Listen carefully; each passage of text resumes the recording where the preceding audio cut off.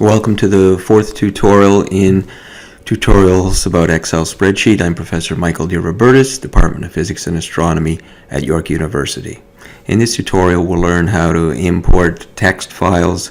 It could be delimited files, space, commas, or a variety of other formats that Excel will accept. What we're going to use today is a file I generated using the proprietary program Mica from the Astronomical Almanac folks. I've asked, in this case, the data for each day of the year 2019. As you'll see, I've asked for, at noon, the right ascension, hours, minutes, seconds of the sun, its declination in degrees, arc minutes, arc seconds, and the distance from Earth center to Sun center in astronomical units. So I'd like to import that into Excel. So I have a blank worksheet. I go to File, and I ask to open, and I happen to know it's called sundata.txt. And Excel will then begin an import wizard. A variety of options. You should again look at them very carefully. These aren't fixed width, they are delimited in spaces, but they could be commas or tabs. That's frequent. Click on Next, and then you can click on your delimiters. Mine happens to be space, I believe, and Excel says if that's so, these are what the columns I expect. That's just right. If I proceed to Next, I can also start formatting or telling Excel the different formats of the various columns. I'm good with just saying Finish now, but you can again explore a little bit more. So this is what Excel produces. Again, this is for 2019, the year, the month, January through December, day 1 through whatever in the month. The right ascension, hours, minutes, seconds, the declination, degrees, minutes, seconds, but the SIG and the sign of the declination here is written separately. That's because, particularly for novices, introductory students like maybe some of yourselves, the decimal degrees is fine. Negative 23.81725, for example, is very clear. But how does it play out when you have degrees, minutes, seconds? Well, it's the entire angle, negative sign, right? And so we'll show how to write that a little later and calculate that. And then finally, the Earth-Sun distance. Now, I seem to recall that there were more significant figures in the original file I just showed. So I'm going to open the column up a little bit, and there we are. In fact, there's the full range of significance in the figures.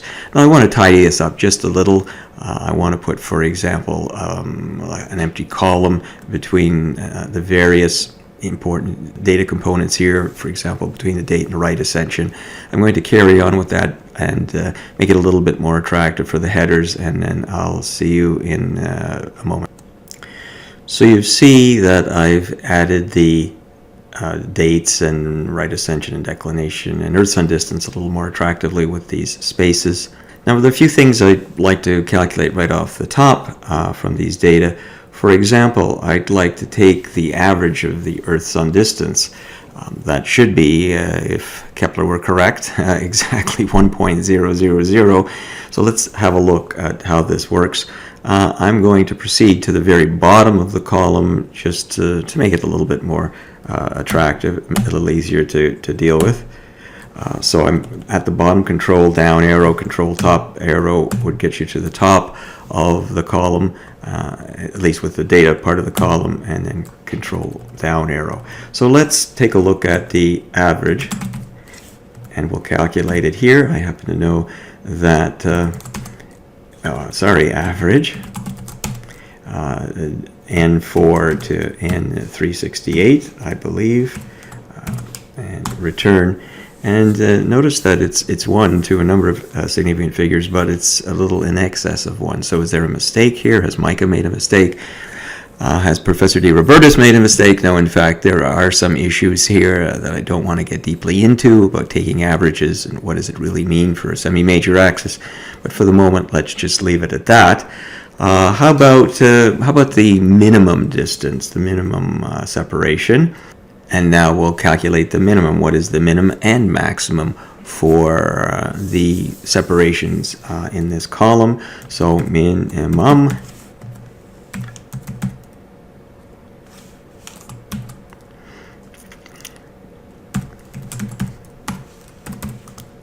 So the minimum value is 0.9833, etc. Astronomical units, that would be perihelion, and that is very early actually in the year, around between January 3rd, in this case for this particular year, through January 5th, depending on the year. So that's always very interesting, of course, that it occurs in early January, the coldest part of the year, certainly in Toronto, and yet when Earth is closest to the Sun. Okay, well, maximum.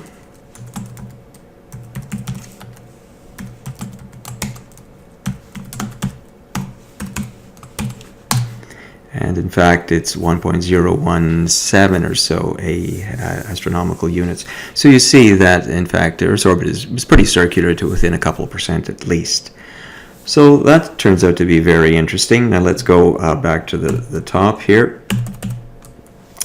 Now I'd like to show some of the power of just what one can do with a spreadsheet. So for example, we have the right ascension here in columns E, F, and G. And this is in hours, minutes, seconds format. Now, if I want to write in, let's say, column P, I want to write the equivalent decimal format for right ascension. And I think we all know how to do that. So it's the operation. You add the hours, then you add 1/60th of the minutes. But I'm going to write it in the good old computer science way. And I'm going to... And as you can see here, I've divided the minutes by 60, the seconds by 60, added to the minutes, then divided that by 60, and then added that to the hours, and that should be sufficient. And indeed, this is the correct answer. Now I want to Control C, and then click on this, and in fact import that equation all the way to the last cell. Then Control V, which is the simple paste, and so this is in fact the RA in decimal notation, and again you can make this a little bit more attractive. Now what about here declination? Well, it's a little more complicated. It is quite easy to do it in one step, but I'm going to for visualization purposes I'm going to do it in two steps. First of all, I'm going to calculate the declination just as I did for the right ascension, ignoring the SI, GN, the sign. Okay, so again, it's equal to J4 plus K4 plus L4 divided by 60 divided by 60, return. And this is the decimal declination, modulo the sign, SIGN.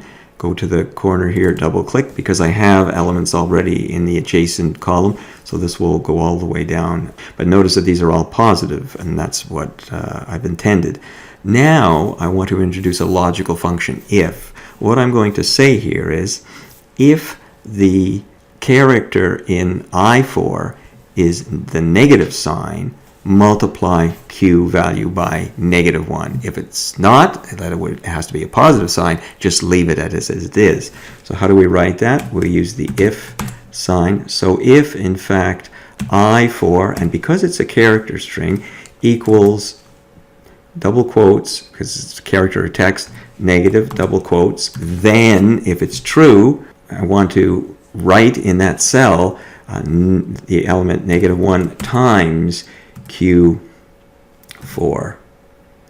And if it's false, just write Q4 again. And so you see that it's changed to the negative sign appropriately. Double click, imports that equation all the way, or that logical all the way down. And let's have a look. The positives have become negatives, but the negative sign is appropriate. Let's go down to the positive sign, and we see the positive remains positive. Okay, so that's very helpful. Let's take a look at maybe a couple of other functions that might be very helpful. For example, there's a concatenate function, a number of text functions. I could, let's say, concatenate the year, month, and day all in one character string. How might I do that? You concatenate, and then as many strings as you want. For example, A4, B4, and C4, return, and it concatenates it to a single text. I could do the same thing for a variety of things. For example, I could now take this particular character string, and I could type left, and it's what's the left certain number of characters, sort of strip it from that character string, say T4, which I've just calculated. How many characters from the left? 3. Return, and now we have 201. I could use the right function too to do the same thing, but the rightmost characters, I could use the mid function. Very, very powerful. The logical and is also function is very important here, but you can check all that out by looking at the formulas function. So there's no need to plot here. You've already seen some pretty sophisticated plots for introductory level. But these are the kinds of things you can deal with in your spreadsheet. Very powerful and help you to solve your equations.